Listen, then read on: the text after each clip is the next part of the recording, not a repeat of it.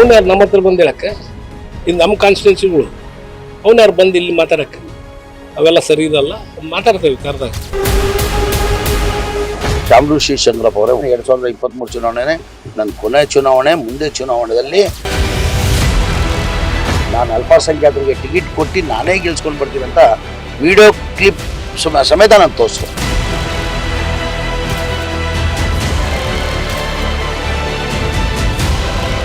ಸ್ನೇಹಿತರೆ, ಈ ಸಂಜೆ ನ್ಯೂಸ್ಗೆ ಸ್ವಾಗತ.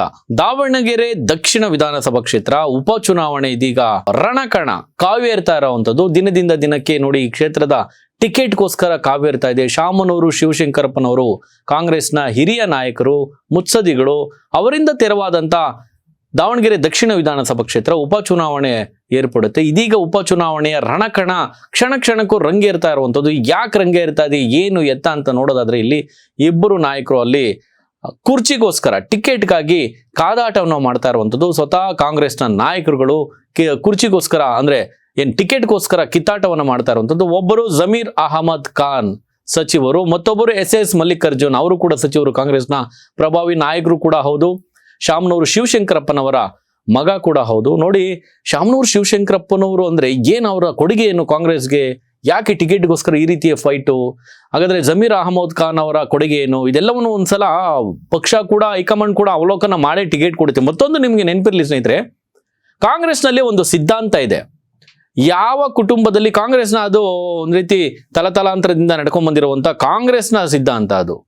ಯಾವ ಪ್ರೆಸೆಂಟ್ ಯಾರು MLA ಆಗಿರ್ಬೋದು, ಅವ್ರ ಕುಟುಂಬದಲ್ಲಿ ಅವ್ರೇನಾದ್ರೂ ಪ್ರಸ್ತುತ ಶಾಸಕರು ಏನಾದ್ರು ತೀರೋದಂತ ಸಂದರ್ಭದಲ್ಲಿ ಅವರ ಕುಟುಂಬಕ್ಕೆ ಟಿಕೆಟ್ ನೀಡುವಂತ ಒಂದು ಸಂಪ್ರದಾಯ ಈ ಹಿಂದಿನ ಕಾಲದಿಂದಲೂ ಕೂಡ ಕಾಂಗ್ರೆಸ್ನ ಸಂಪ್ರದಾಯ ಅದು ನಡ್ಕೊಂತ ಬಂದಿರುವಂಥದ್ದು. ಅದನ್ನ ಬ್ರೇಕ್ ಮಾಡುತ್ತಾ ಹೈಕಮಾಂಡ್ ಎಲ್ಲರಲ್ಲೂ ಕೂಡ ಕುತೂಹಲ. ಯಾಕಂದ್ರೆ ಇದೀಗ ಜಮೀರ್ ಅಹಮದ್ ಖಾನ್ ಅವರು ದಾವಣಗೆರೆ ದಕ್ಷಿಣ ವಿಧಾನಸಭಾ ಕ್ಷೇತ್ರಕ್ಕೆ ಎಂಟ್ರಿ ಆಗಿದ್ದಾರೆ.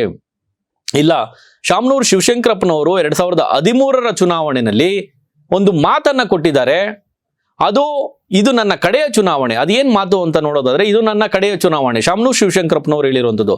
ಅದೇ ಮಾತನ್ನ ಇಲ್ಲಿ ಜಮೀರ್ ಅಹಮದ್ ಖಾನ್ ಅವರು ಮತ್ತೆ ಉಚ್ಚಾರಣೆ ಮಾಡಿದ್ದಾರೆ. ಟಿಕೆಟ್ ಅನ್ನ ನಾವು ಕೇಳ್ತಾ ಇರುವಂತದ್ದಲ್ಲ, ಸ್ವತಃ ನಮ್ಮ ಹಿರಿಯರಾದಂತ ಕಾಂಗ್ರೆಸ್ನ ಹಿರಿಯ ನಾಯಕರಾದಂತ ಶಾಮನೂರು ಶಿವಶಂಕರಪ್ಪನವರು ಒಂದು ಮಾತನ್ನ ಕೊಡ್ತಾರೆ, ಒಂದು ಹೇಳಿಕೆಯನ್ನ ನೀಡ್ತಾರೆ ಚುನಾವಣೆಯ ಸಂದರ್ಭದಲ್ಲಿ. ಯಾಕಂದ್ರೆ ದಾವಣಗೆರೆ ದಕ್ಷಿಣ 80% ಮುಸಲ್ಮಾನರ ಒಂದು ಪ್ರಬಲ ಇರುವಂತ ಒಂದು ಕ್ಷೇತ್ರ ಅದು. ಸೊ ಹಂಗಾಗಿ ಮುಂದಿನ ಚುನಾವಣೆಯಲ್ಲಿ ಶಾಮನೂರು ಶಿವಶಂಕರಪ್ಪನವರು ಹೇಳಿರೋ ಹಾಗೆ, ಮುಂದಿನ ಚುನಾವಣೆಯಲ್ಲಿ ಇದು ನನ್ನ ಕಡೆಯ ಚುನಾವಣೆ, ಮುಂದಿನ ಚುನಾವಣೆಯಲ್ಲಿ ಅಲ್ಪಸಂಖ್ಯಾತರಿಗೆ ಟಿಕೆಟ್ ಅನ್ನ ಕೊಡಿಸುವ ಮೂಲಕ ಅವರನ್ನ ಗೆಲ್ಸ್ಕೊಂಡು ಬರೋಣ ಎನ್ನುವಂತ ಮಾತನ್ನ ಹೇಳ್ತಾರೆ. ಸೊ ಅದೇ ಮಾತನ್ನ ಮುಂದೆ ಇಟ್ಕೊಂಡು ಈಗ ಅಲ್ಪಸಂಖ್ಯಾತರು, ನಮ್ಮ ಸಮುದಾಯದ ನಾಯಕರುಗಳು ನನ್ನ ಹತ್ರ ಬಂದು ಟಿಕೆಟ್ಗೋಸ್ಕರ ಒಂದಷ್ಟು ಡಿಮ್ಯಾಂಡ್ಗಳನ್ನ ಮಾಡ್ತಾ ಇದ್ದಾರೆ. ಹಾಗಾಗಿ ನಾನು ಕೂಡ ಮಧ್ಯಪ್ರವೇಶ ಮಾಡ್ತಾ ಇದ್ದೀನಿ ಎನ್ನುವಂತ ಮಾತನ್ನ ಹೇಳುವುದರೊಂದಿಗೆ ಜಮೀರ್ ಅಹಮದ್ ಖಾನ್ ಅವರು ದಾವಣಗೆರೆ ದಕ್ಷಿಣ ವಿಧಾನಸಭಾ ಕ್ಷೇತ್ರದಲ್ಲಿ ಎಂಟ್ರಿ ಪಡೆದಿದ್ದಾರೆ.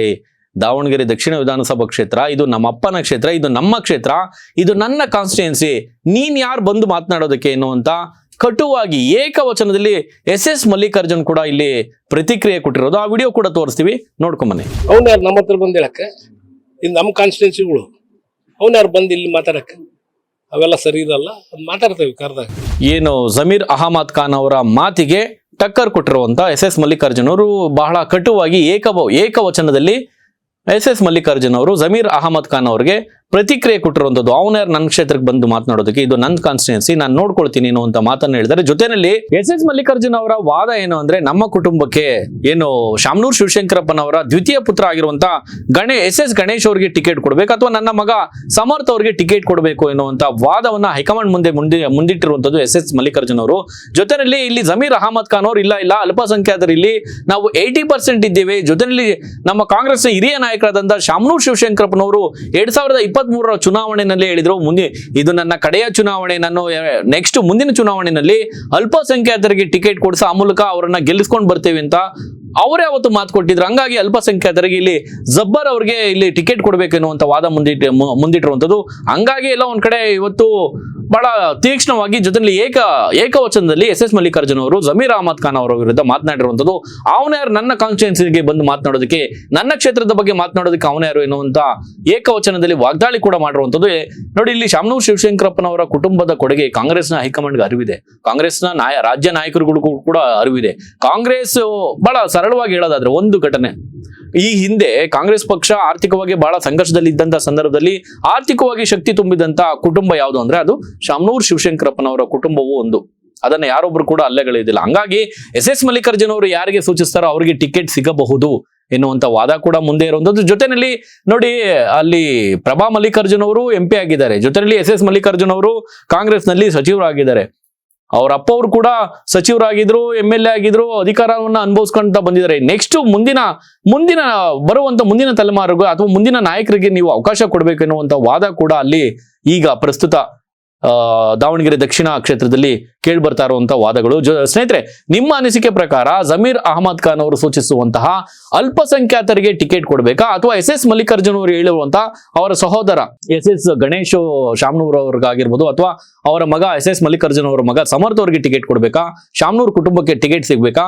ನಿಮ್ಮ ಅನಿಸಿಕೆಯನ್ನು ಕಮೆಂಟ್ ಮಾಡಿ. ನೋಡ್ತಾ ಇರಿ ಈ ಸುದ್ದಿ ನ್ಯೂಸ್, ಇದು ಸಮಸ್ತ ಕನ್ನಡಿಗರ ಧ್ವನಿ.